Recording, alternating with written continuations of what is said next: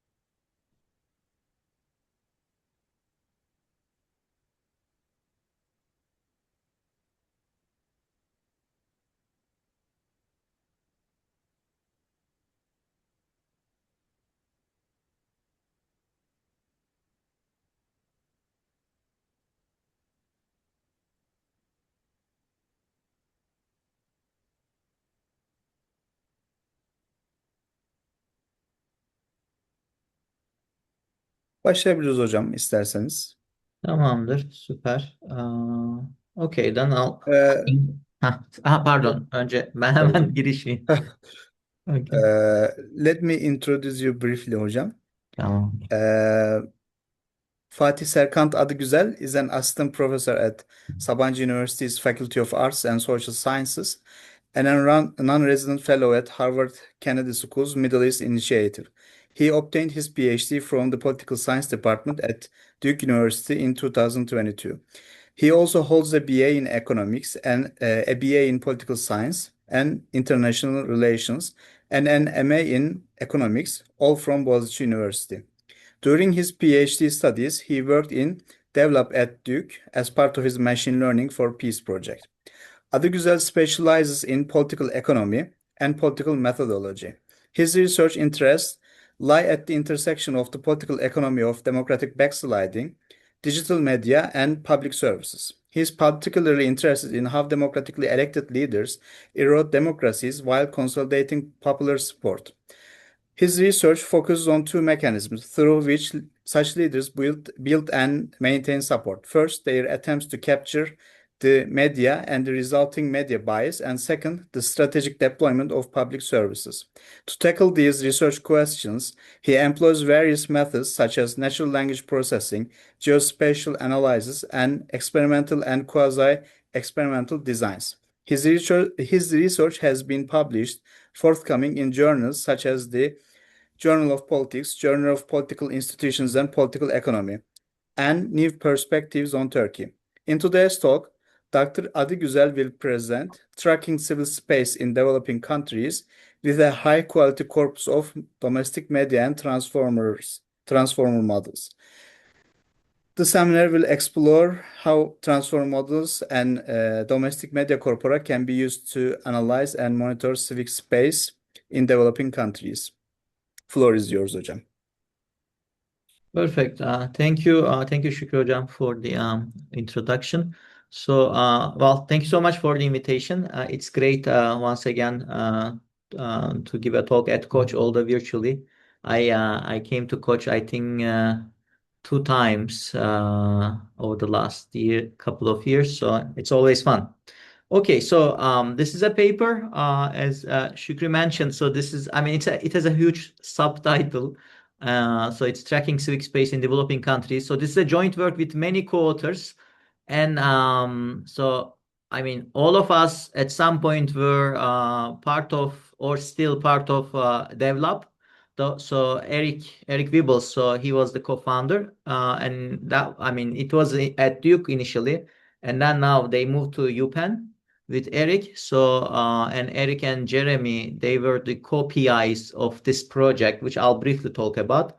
And the rest now they are faculty or data scientists all over the world.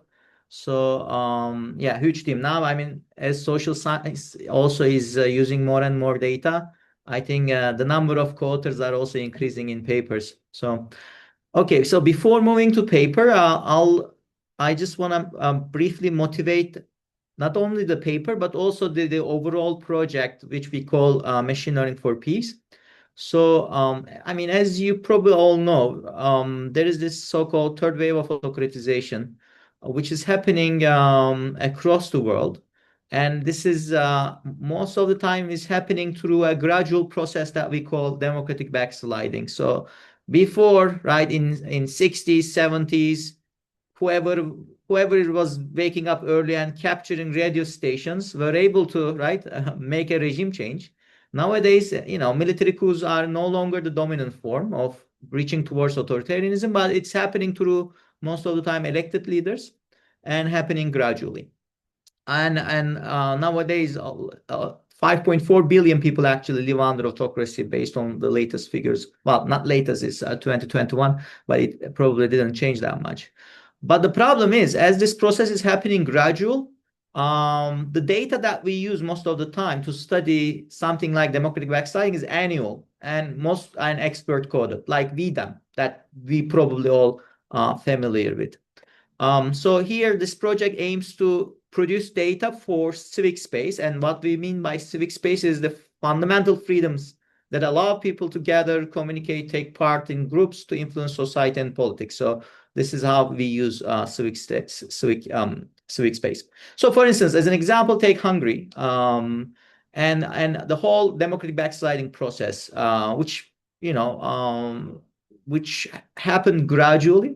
Well, and also, right, he was replaced recently, Orban. So 2000, for instance, in 2010, there was this media law that actually set up an institution like Rütük, which actually granted the right to fine outlets based on, some vague rules. So, this was seen this was condemned, and this was one of the first attempts to capture media environment. Then 2011, there was a constitutional reform, so court packing. Then electoral law in 2012, which actually allowed the ruling party more advantages than the status quo. Then 2017.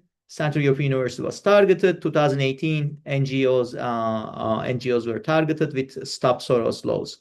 So in the end, the data that we use most of the time, like VDEM or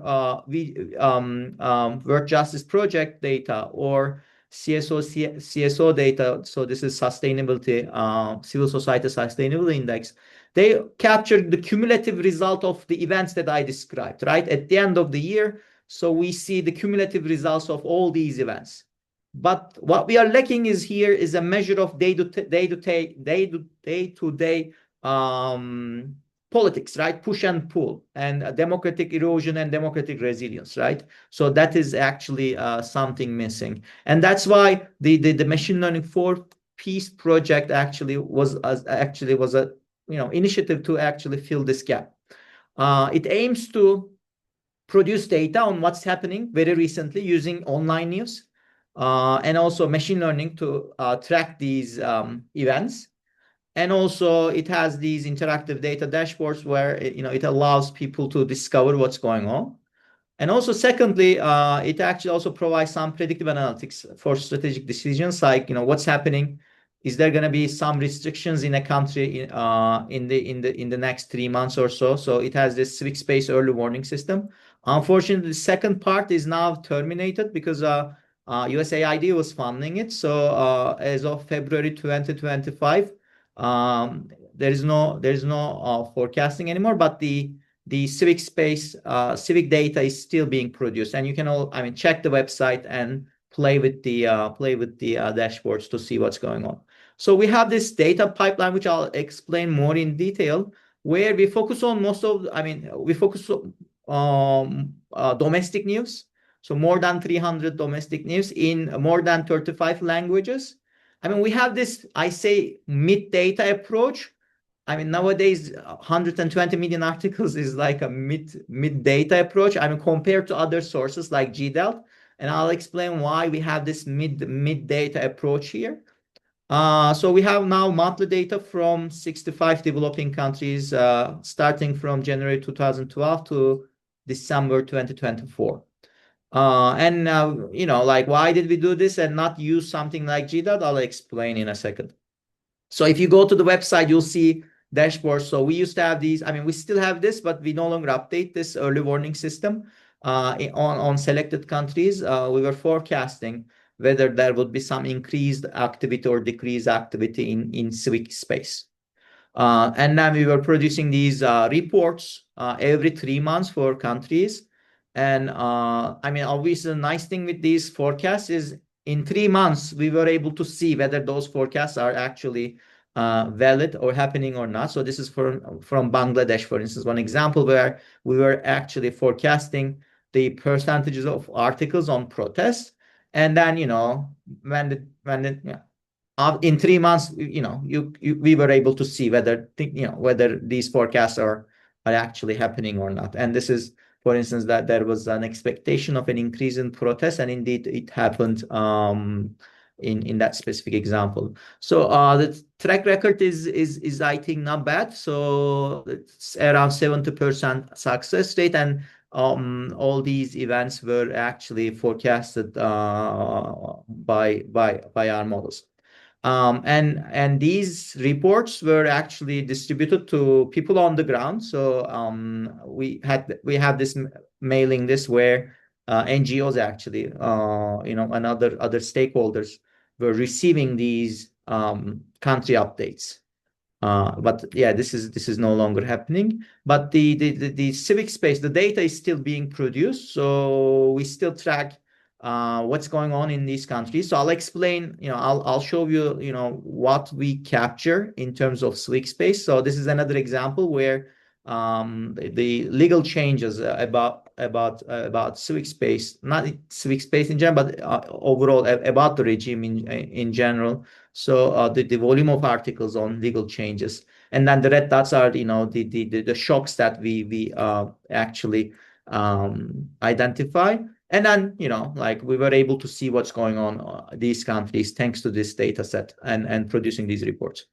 So another project that as a group we produce is more IR. The first one is more like competitive politics, right? This is more IR, where using the same data set, we also try to quantify Chinese and Russian influence, foreign influence. So we have these 22 different types of influence events, because after all, it's not just economic investments, right? So it could be cultural, it could be security, right? Arms transfers, or like cultural, like opening a new Confucius Institute, right? Or giving some money, loans, and like all sorts of things, or cyber operations. So we are trying to see how countries are affected by Russian, Chinese influence. Again, using the same data set, so you can see the website for more details. But this paper is not focusing on this China and Russian influence project, but this paper is specifically about the civic space. So it's a data paper, so it's not like a traditional social science paper where like there is theory, and then from theory we have some hypothesis, and it's not like that. It's like more like a data introduction paper. So that's why I'm going to show you some descriptive stuff and also some validation exercises that we did. So this is so essentially what we produce is monthly data set on media attention across these 20 civic space event types, which I'll show you what those are, from 65 developing countries. And now the database has around 120 million articles from more than 300 domestic outlets in 36 languages, which is not something you'll see in lots of other data sources. And we do this with a human in the loop approach. So this is human supervised scraping. So we are not letting the robots or these crawlers out in the field. So we actually see and modify and supervise them. And then we use open source transformer based classification using the data we have.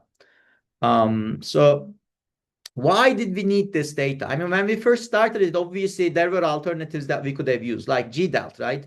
Or Aklet and others. So the problem with, I mean, because what we want to do is tracking civic space in a fine granular manner. But if you look at Aklet, if you ever use Aklet or UCDP, they focus on very specific things such as violence and protest, which we also focus, but we focus more, not just violence and protest. So like things like legal changes, right, that are happening, as I explained in the Hungarian example, or censorship or corruption, which also happens as democracies are eroded, or election irregularities, right, that are happening during election times. Another data set which we probably, I'm sure, all know, coming from computational social science background, is GDALT, which, I mean, it has a broad, very broad sources. Like it crawls, all major outlets. The problem is this is indiscriminate crawling actually costs us some quality issues, right? So yes, you have depth, but quality is what is missing in GDAL. And also the composition of the sources, right? What is entering, what is exiting from the sample is something problematic in GDALT as well. And also, it's focusing mostly on interstate disputes like Polcat as well. And for instance, Polcat uses Factiva, which actually covers 7 languages, while as I showed you, our data is coming from 36 different languages.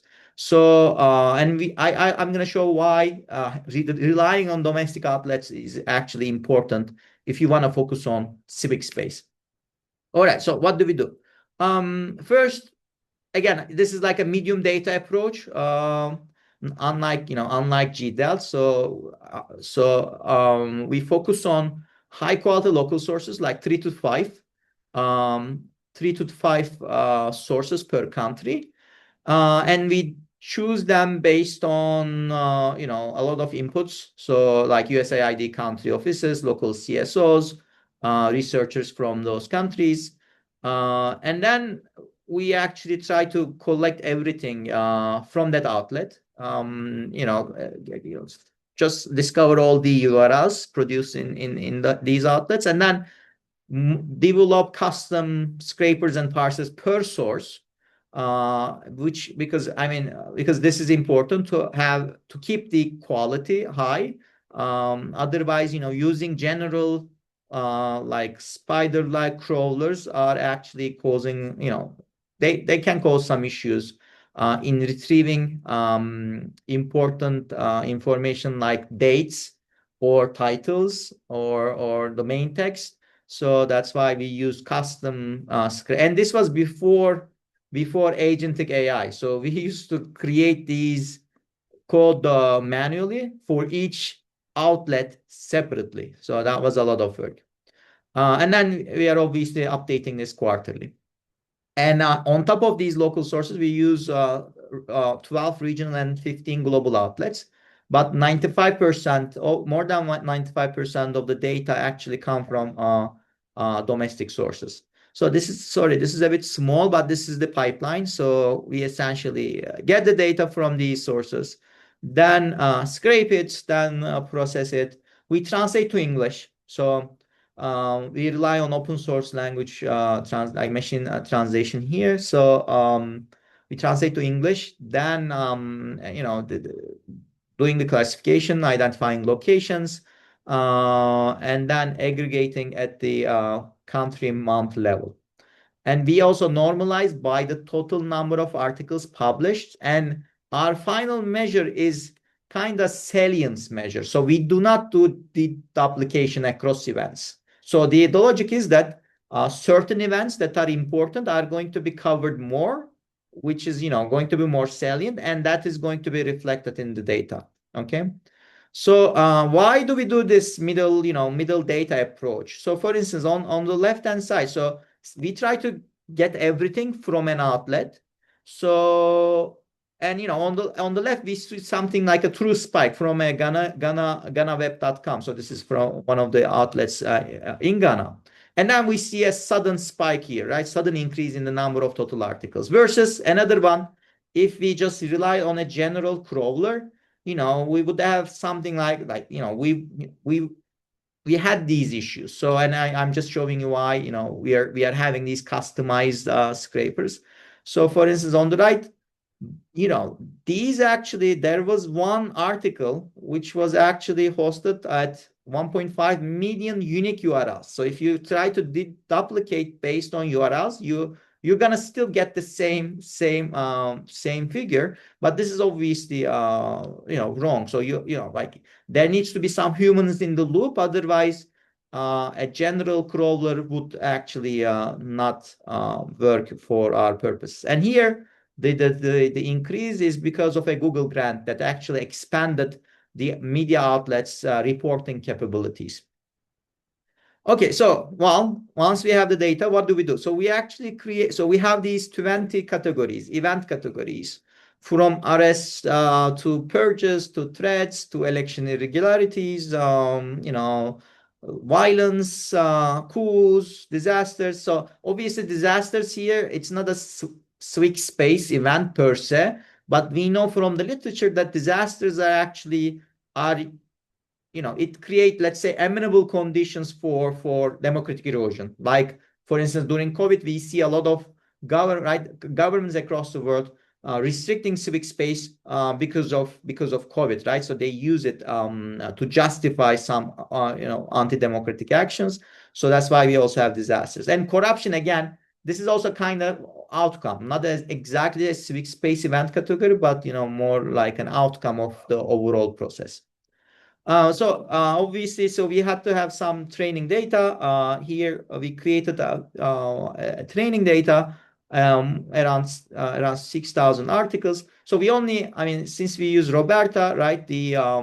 So we classify based on title and the first 600 characters, not all article, because the context, right? So the input has, there's a right the max input that the model accepts. And we try different things, but title obviously most of the time gives you the most information about the article, and the first two sentences are always always good to go. So that's why this actually was satisfactory for our purposes. And again, we use open source machine translation. There are different alternatives. We essentially try to use the one that gives you the best result. And in general, if you look at F1 scores per category, they are not bad. Obviously we also do some validation exercises, which I'll show in a second. And then there is another classifier we employ for certain like categories like arrest. There could be arrest for political reasons, right?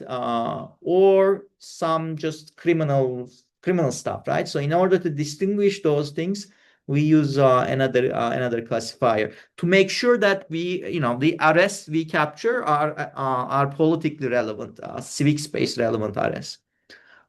So then we essentially count these articles and just create these shares, the share of particular event happening as a share of total articles.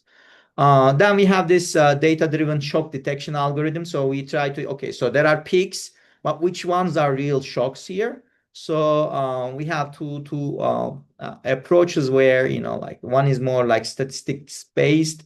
The other is machine learning based, where essentially it's, a data-driven shock detection algorithms that, we identify and then see what's going on in, for when we identify those shocks. Okay, so all right, so let me show you some results actually. So this is a bit small map, but hopefully you can see it. So just civic space articles per country. So again, not everything we collect is about civic space. So obviously, it's a share, so it changes. So for instance, in Ukraine, it was 10% in 2012, and then it increased to 30 in 2024. So obviously this doesn't say much, but if we focus on the most common civic space events across countries, you'll see that most of the time it's natural disasters. Again, this is obviously not a civic space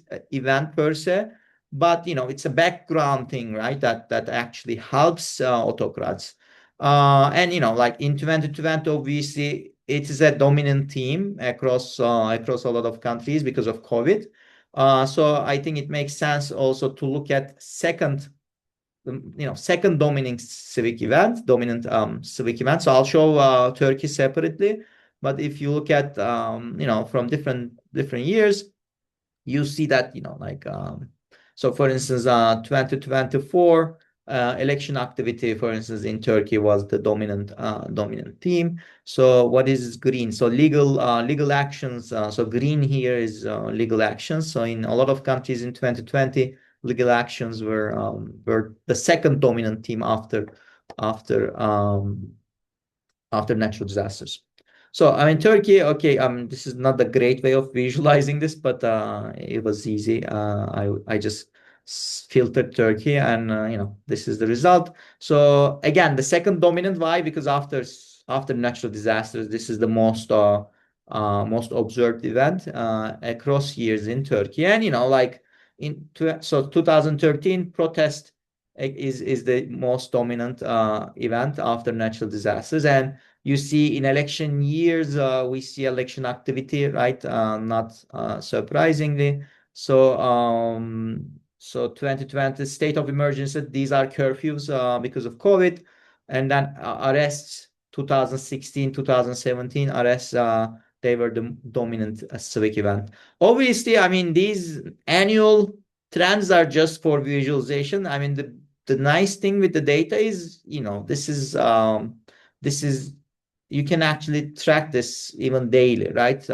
It's the high frequency nature of the data that makes this appealing.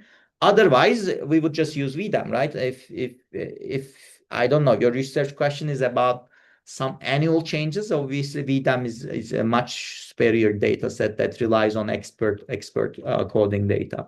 But if you want to do something, at higher frequencies, then I think this data set is useful. So why relying on domestic outlets is important here?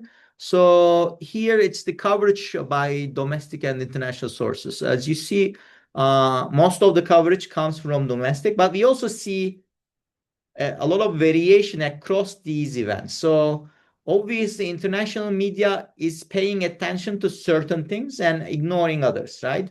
So and the red points are by the way, are the correlation coefficients.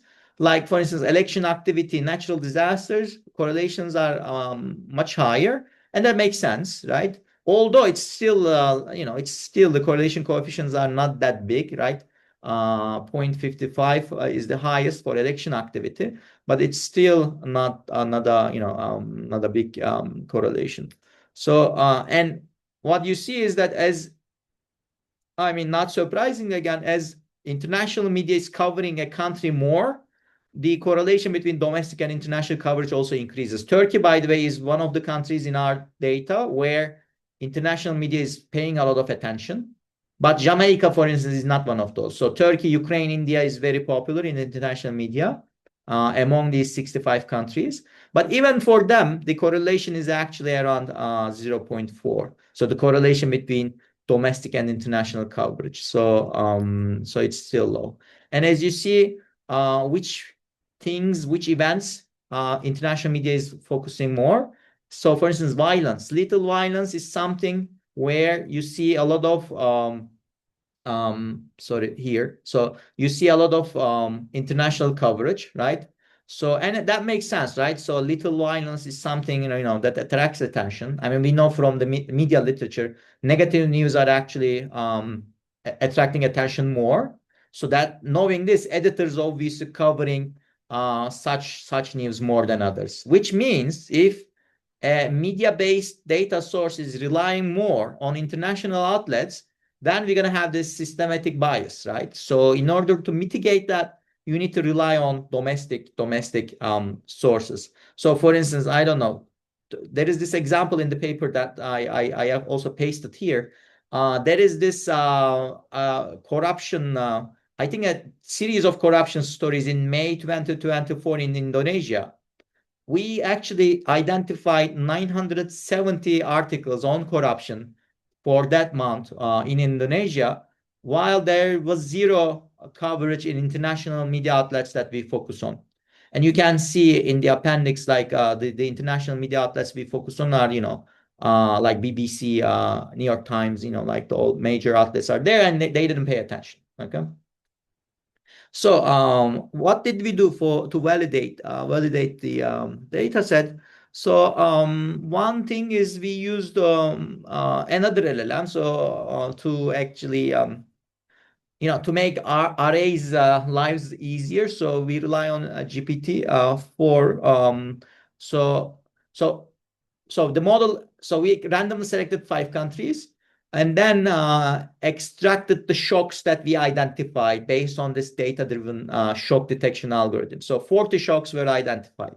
Then we extracted all the articles that made up these 40 shocks and then ask GPT to summarize, to extract the type 5 stories, most important stories that made up these shocks. Okay, so because I mean, for every shock, there can be, again, hundreds of articles. And then top 5 stories were reviewed by RAs. So 85% of these shocks, we see that all top 5 stories extracted by GPT-4 actually belong in the correct country. And 95% of all top 5 stories were actually in the correct category as well. So if it says arrest, right? If it is arrest story, right? The classification was arrest, and RAs indeed, once they read them, they agreed with that. And 181 out of 200 top 5 stories were actually true positives. So obviously it's not perfect, but I think it's good enough to see some patterns in the data. Okay, so this is very tiny. Apologies. So and obviously another validation we can do is to look at some events that we know happened and then see whether there are peaks around those events. One, I mean, we do more in the paper, but the one I have here is coups. So I mean, the coup category here includes not just successful coups, but also attempted coups. So that's why you can see Turkey here. So share of articles about irregular transitions in Turkey. So what you would expect? You would expect some peak happening, right? Around, well, not around, in 2016, right? So and in 2016 in June. So that's what we see in the data. And like there are also other coups or self coups or attempted successful. You see the same, like peaks exactly around the times when these things are happening. So the dashed lines are here. Sorry. So the blue dashed is attempt, and the red one is the actual coups happening. And you see that peaks actually most of the time, right? Peaks are actually aligned with the actual timing. So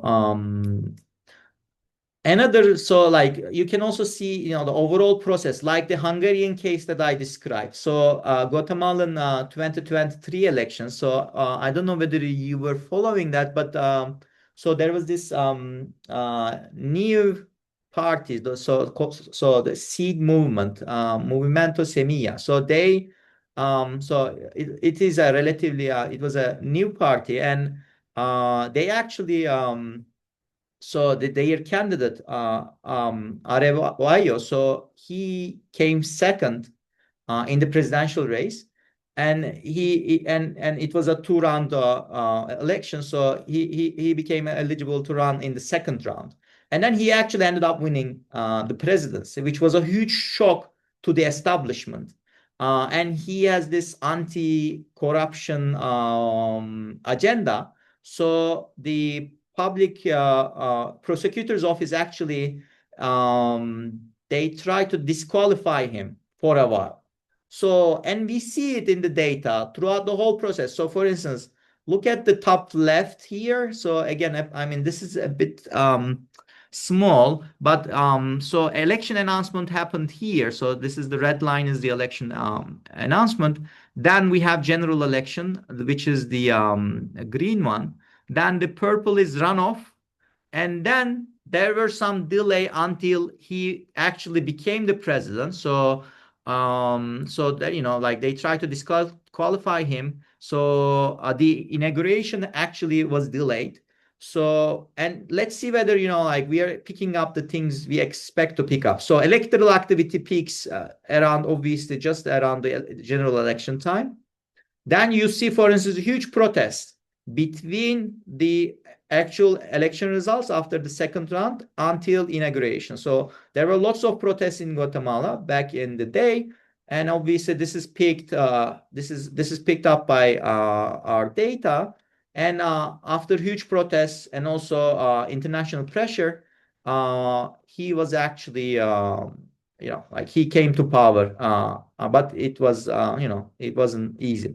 And you see also some series of legal actions picking up in between. These are the actions taken by the prosecutor's office to disqualify Arevalo and also his party. So, and all this process actually is picked up by our data. I mean, now imagine this is happening in 2023. If you were to use VDAM, for instance, right?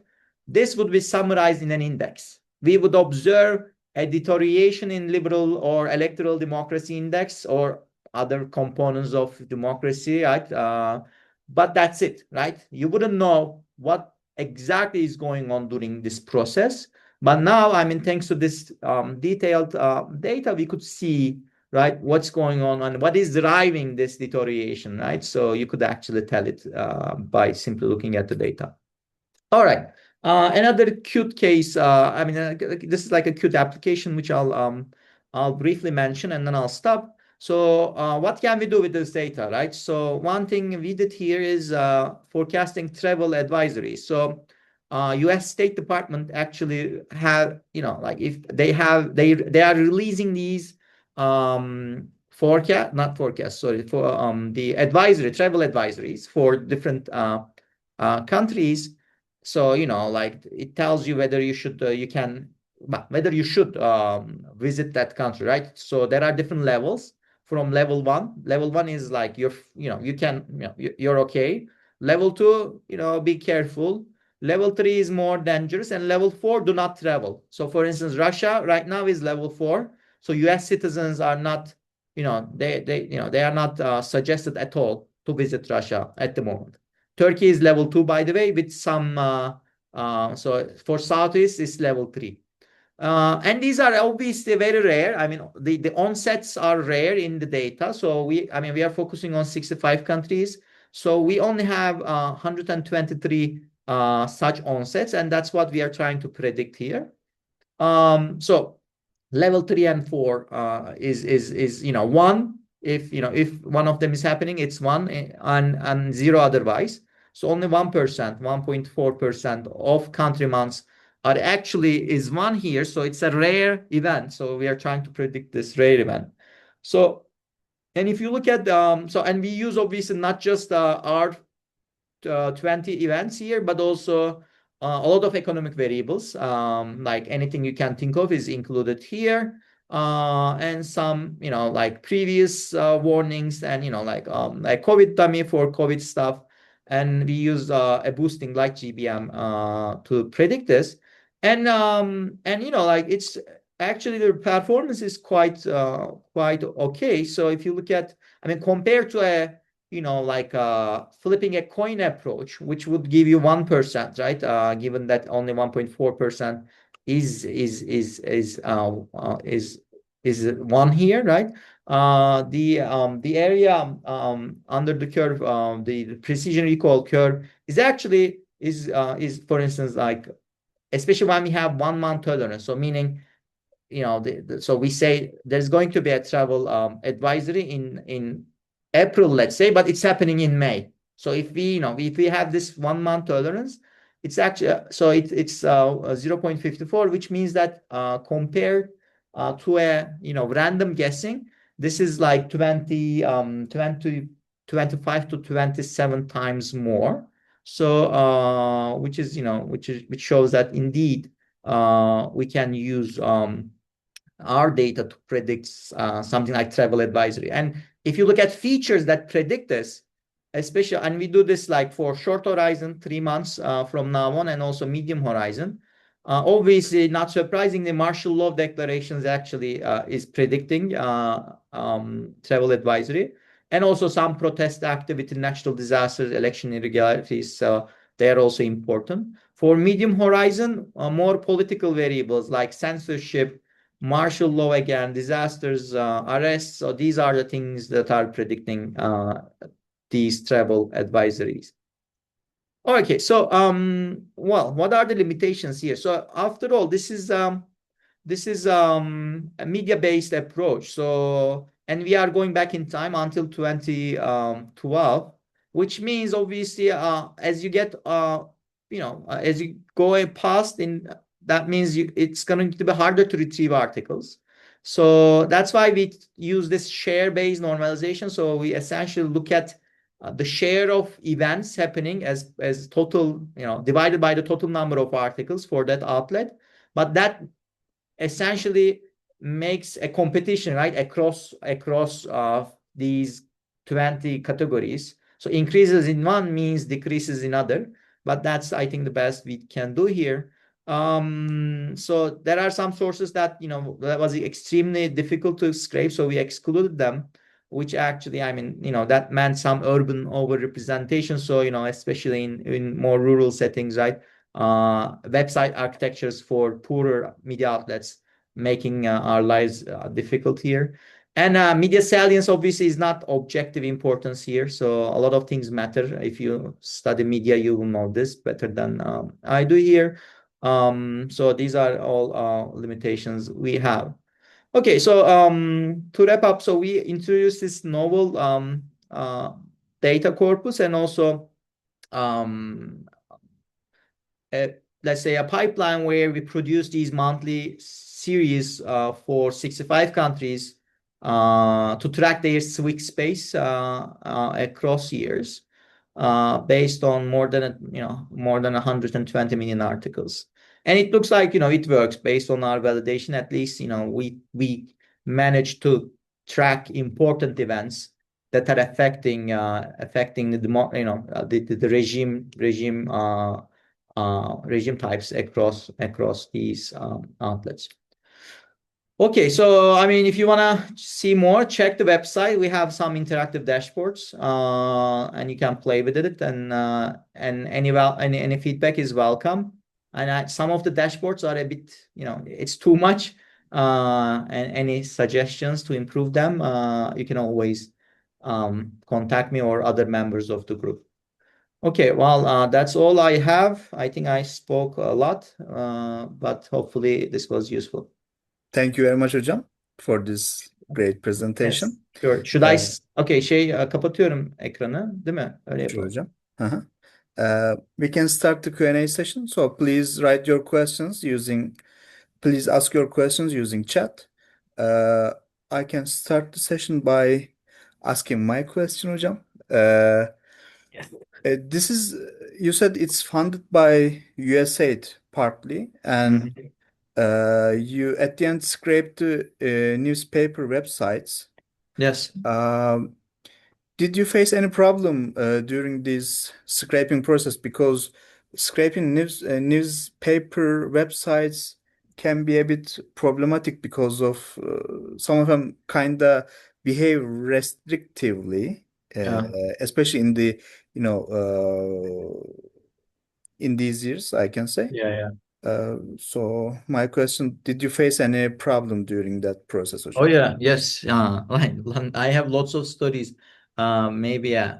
I mean, not, I can tell some of them here probably here. So yes, obviously, sometimes it was difficult. I mean, there are all these also bot detection systems, but we actually contacted like Cloudflare, so they actually whitelisted sometimes us. So I remember a friend, like a member of our group contacting them and saying this. But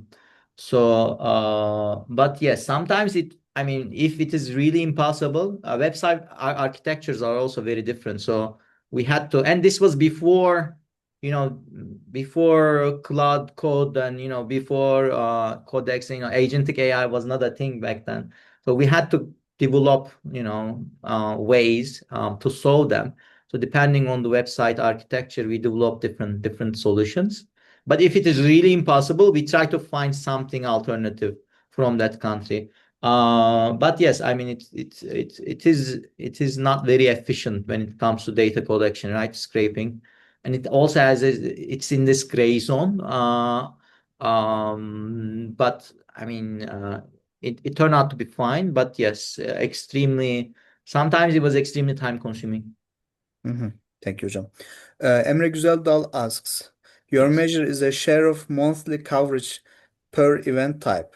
Do you acknowledge this forces zero-sum competition Yeah. between categories like when COVID dominates, everything else mechanically shrinks? How should we interpret a decline in, say, corruption coverage during a high disaster month? Is there a Hmm. defensible way to separate genuine salience shifts from displacement artifacts? I believe this matters a lot for the travel advisory forecasting use case. Yeah, excellent observation. Yes, definitely. I mean, very good observation. So that's why, I mean, if you remember, let me actually, okay, maybe I should just share it again just to show you.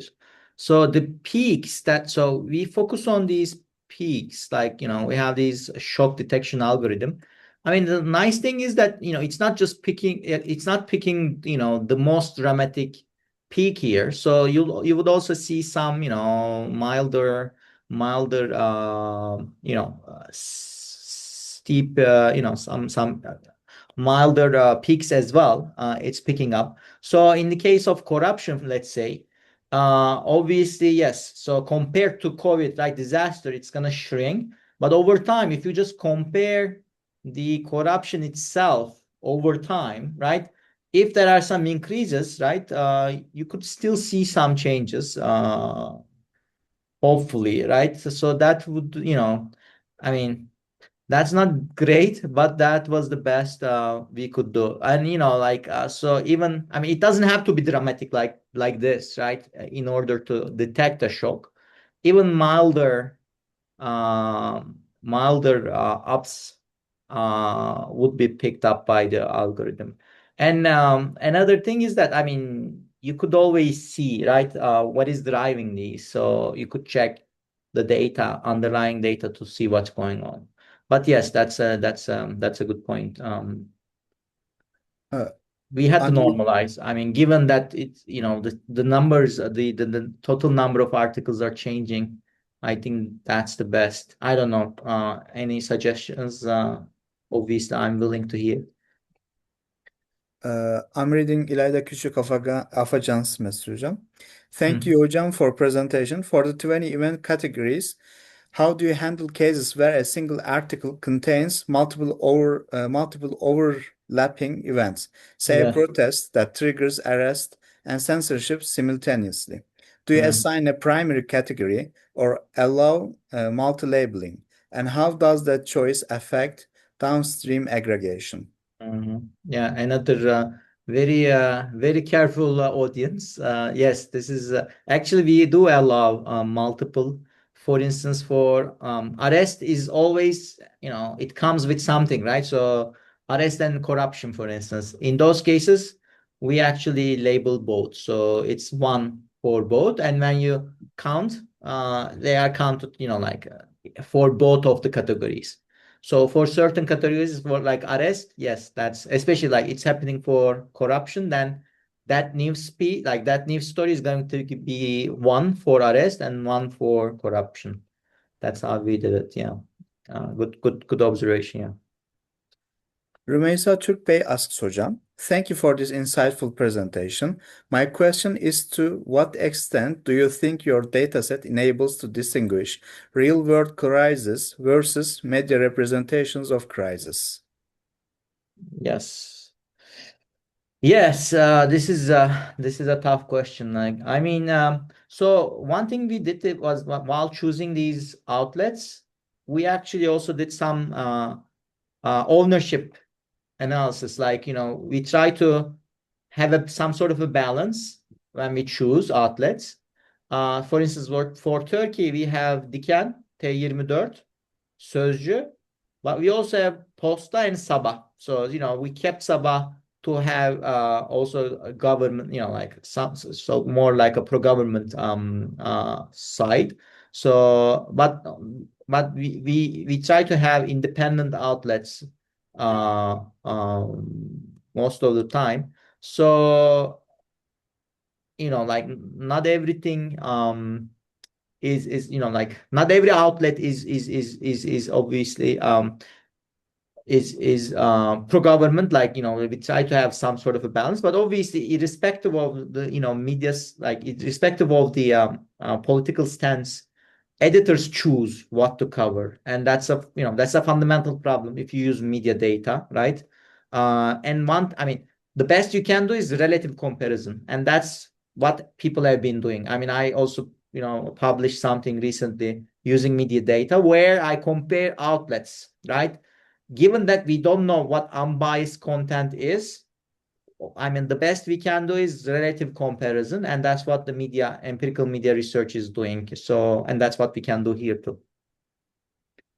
Uh, Hocam, it seems we have seven more questions. Mhm. Do you have time or Yes, should of we? course. I mean, I can stay. Don't, it's fine. So, if you Teşekkür. have time, sorun değil yani kalabiliriz. Thank you very much, hocam. I'm asking Yunus Emre Gündoğmuş question. Aha. I had a small question about the translation step in your pipeline. Your pipeline translates everything into English before event detection, which makes a lot of sense for keeping the downstream model unified. I was just wondering, in contexts like Turkey, a lot of partisan framing is encoded in language-specific vocabulary that doesn't always survive translation. Could you share a bit about the trade-off behind translating first rather than working with multilingual transformers in the source language, and whether you have a sense of how much signal might be lost on Civic Space events specifically? Thank you for the great presentation and your answer. Yes, great. I mean, another great question. All the questions are great. So very careful audience. So yes, this is a problem. I mean, we have more than 35 languages. Obviously, ideally, you would have language models trained for these languages specifically, right? But the problem is some of these languages are like not very popular. So, and also the model choices were going to differ, and also it would be hard for us as well to work with. So yes, machine translation, I mean, we lose stuff there, especially like like certain partisan language, right? It can be lost during translation, so that is for sure is happening. But after all, what we are doing is also event extraction, right? These things are happening. So if we were doing something like sentiment or stance detection, I think this would be more serious issue.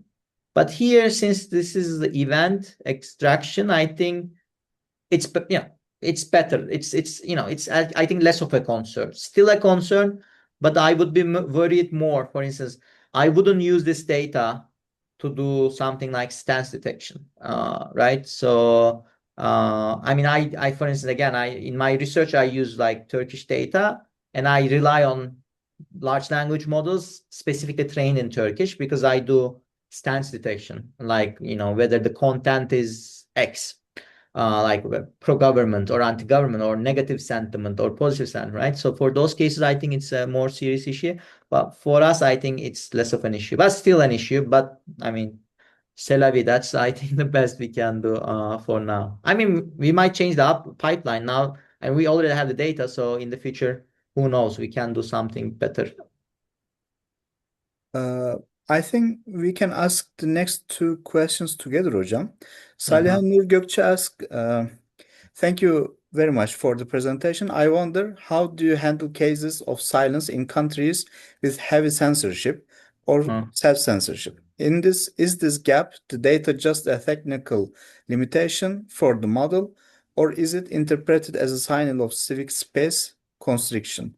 And the mhm, second question, Alp Atatürkoğlu, thank you for the great presentation. How did you handle reporting biases regarding partisan reporting?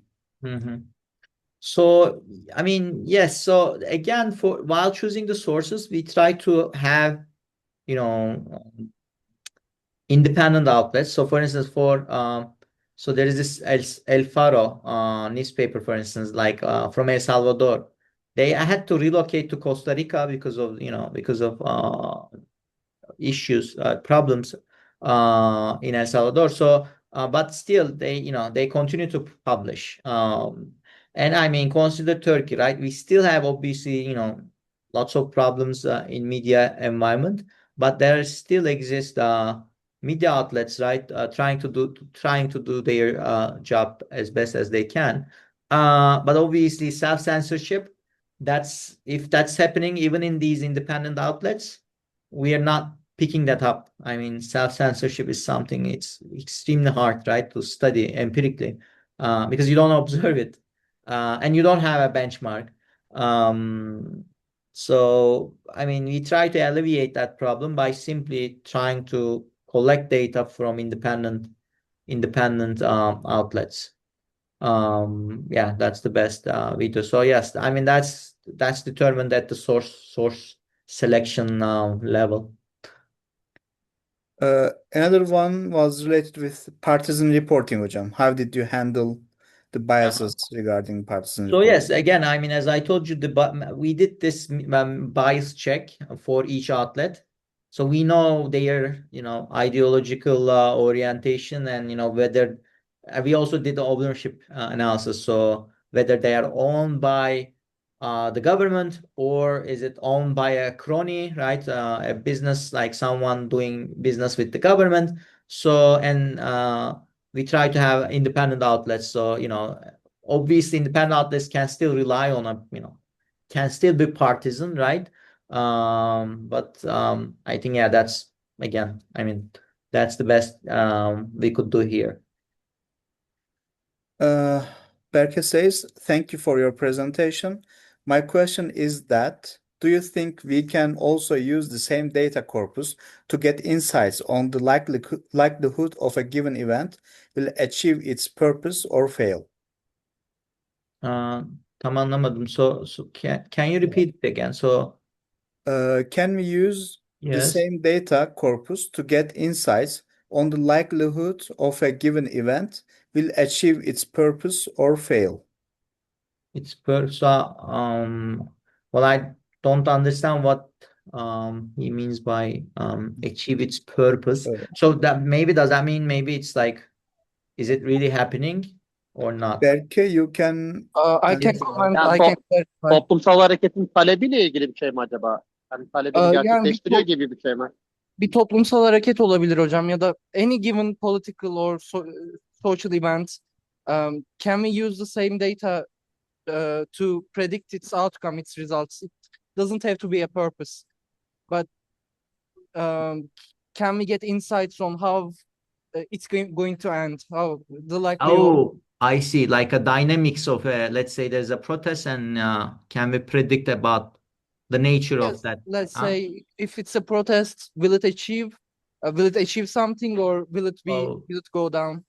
oh, I see. I see. I mean, so I mean, since this is like the data is capturing salience, right? Bigger events are going to attract more attention, and that's going to be reflected in the data. Well, does that mean that it's gonna achieve whatever that is, right? So it's gonna, let's say it's a protest about something, and well, it's hard to tell, right? With just this data, I think our we should also be careful about deriving conclusions from the data sets we have, right? And this is, if it is a like protest, right, social movements, I mean, one thing we know about social movements, they are very unpredictable, right? So I think the answer is no. So we cannot. I mean, it's difficult, so that's why. Şevval Çakıcı says hocam. Thank you for the talk. Given your expertise, I was curious, do you think AI-generated content and disinformation will make this kind of media-based measurement impossible in the near future? Yes, everything is going to be written by machines, and machines are going to in turn, right, classify them. Yeah, I mean, journalists, probably they are using a lot, right? I mean, we see sometimes in outlets like, all these funny prompts appearing, because they use it. Yes, and there is this push probably by editors, right, to publish quickly, and they rely on large language models. Well, yes, that's an issue. And that's going to affect. I mean, recently there is very recent article published in Nature, like, what is being produced is also affecting how these large language models are, right, evaluating, or answering questions. Like, if you rely on Chinese media to train your large language model, it's going to be more favorable to Chinese Communist Party if you ask in Chinese, right? So yeah, I mean, these are fundamental issues that I don't know. There's no easy answer to these questions, but I mean, very important. Yeah. I'm asking the last question hocam. Yes. Mehmet Bağdınlı asks, did you compare performance against running a multilingual model like mbert directly on the source language? I was wondering whether translation quality, especially for lower resource languages, might be affecting the results. Also, is the ML4P dataset and the HQMARC corpus available for academic researchers? Is there a way to apply for access? Thank you again. Yes, you can ask. So on the website, there is, I think, you can contact and ask the data set. I mean, the dashboards are there, but obviously it doesn't give you the data, so you can request access. So yes, that's one. Yes, so I mean, at the beginning, I remember, this was when 2019 or so. I think we were like discussing this. Well, back in obviously this whole area is changing quite dramatically. At some point we might try again with recent multilingual models. I mean, obviously this is like this is the progress is I mean, it's very fast. So I mean, back in the days, I think translating made more sense, but nowadays probably we would actually have much superior performance. I think, yeah, at some point we should probably, I mean, change the pipeline maybe to incorporate something multilingual if the performance is better. Well, we haven't checked recently, but I mean, like a couple of years ago, it wasn't that good. I mean, relative to translating first and then doing the classification. Thank you very much, hocam, for your time, for accepting our invitation. Thank you. I mean, these were all great questions. Thank you all. And again, if you're interested in the data or the project, you can always contact us. Thank you very much. Hocam çok çok teşekkür ederiz. Ağzına sağlık. Çok Biz güzeldi. teşekkür ederiz hocam.